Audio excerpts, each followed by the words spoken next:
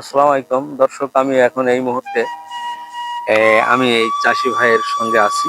তো উনি আমি রাস্তা দিয়ে যাচ্ছিলাম, তো উনি মাঠে এই যে এইগুলা মানে ম্যানেজমেন্ট করছিল। তো আপনারা তো জানেন, আমি তো এগুলা নিয়ে ব্যস্ত থাকি, চাষিদের নিয়ে ব্যস্ত থাকি এবং চাষিদের সহযোগিতা, চাষিদের শুভকামনার জন্য, উপকার করার জন্য আমি সবসময় উদ্গ্রীব এবং চেষ্টা করি, এগুলাই আমার কাজ। তবে আমি এখন এই মুহূর্তে আমি এই ভাইকে জিজ্ঞেস করছি, ভাই এদিকে ভাই, আপনার নামটা বলেন। মোহাম্মদ কাসিম এটা উদ্দিন। ধরেন, মোহাম্মদ কাসিম উদ্দিন। নাজিমুদ্দিন। তা আপনি এইগুলা কি করছেন? আমি তো রাস্তায় দেখলাম, এগুলো কি? এগুলো আমি আপনার বিট কপি চারা দিয়েছি। এখন আপনার ওই যে বৃষ্টি হয়েছে না, জি, তার জন্য খুশ করছি, পলিথিন টাঙাবো। এই যে বীজ চালি দিচ্ছেন উপরে, এই যে বীজ চালি গুলা, বিশালি দিচ্ছে আপনার এই রোদে শুকাবে না।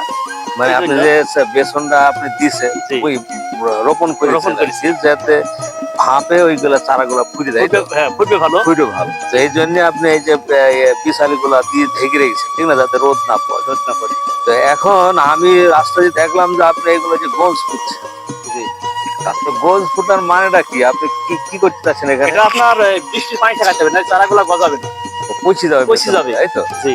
এই জন্য আপনি এই যে এইভাবে ধনুকের মতন এই যে এগুলো ধনুক দিয়েছি। দিচ্ছি, তারপরে আপনার এর প্রতি আপনি পলিথিন দিয়ে দেবেন, ঠিক না, যাতে জি।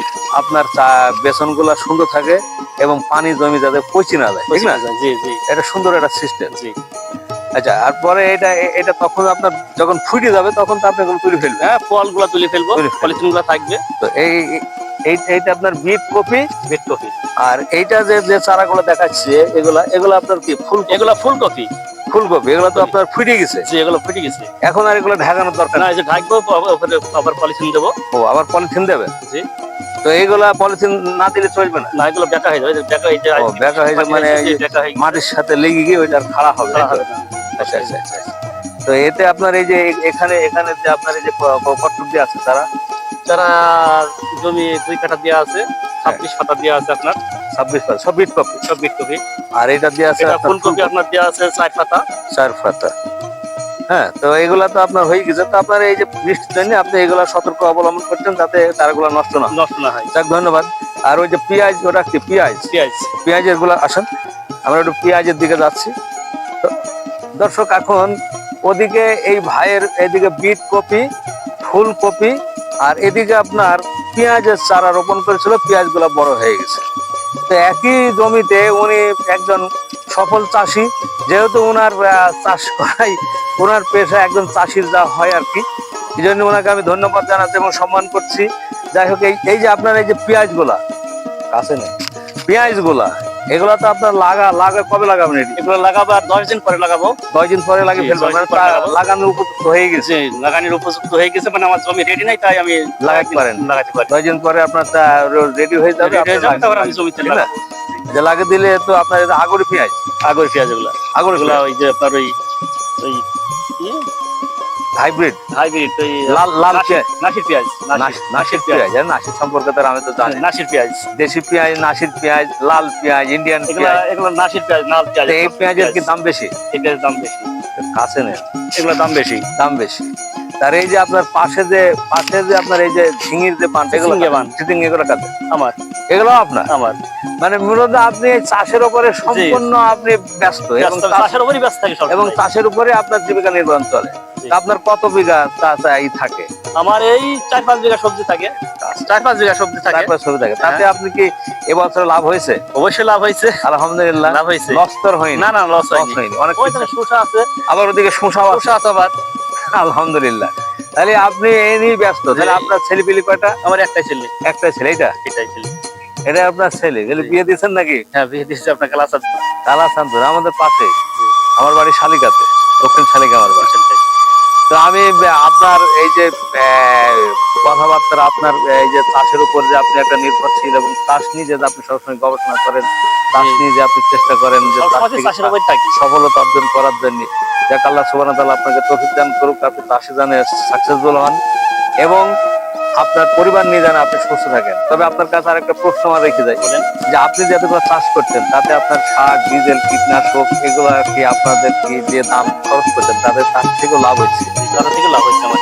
আলহামদুলিল্লাহ, আমার সংসার চলছে, অবশ্যই লাভ হয়েছে আমার। লাভ হচ্ছে, ঠিক না?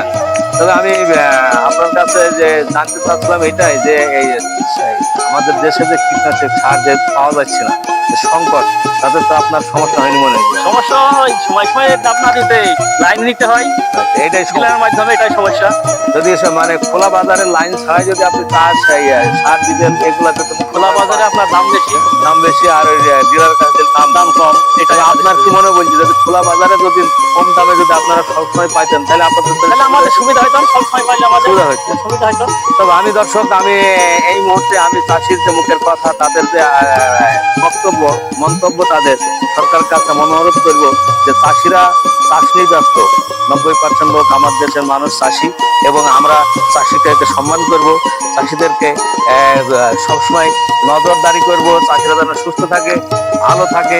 সরকারের কাছে আমার বিনীত আবেদন যে সারগুলা কমপক্ষে ডিলারের মাধ্যমে না দিয়ে খোলা বাজারে ন্যায্য দামে যেন তারা পায়, এবং সহজে এইগুলা সারগুলা নিয়ে তারা যাতে নিয়মিত চাষে ব্যবহার করতে পারে, মানে ভোগান্তিতে না পড়ে, সেই ব্যবস্থা সরকারের করা উচিত।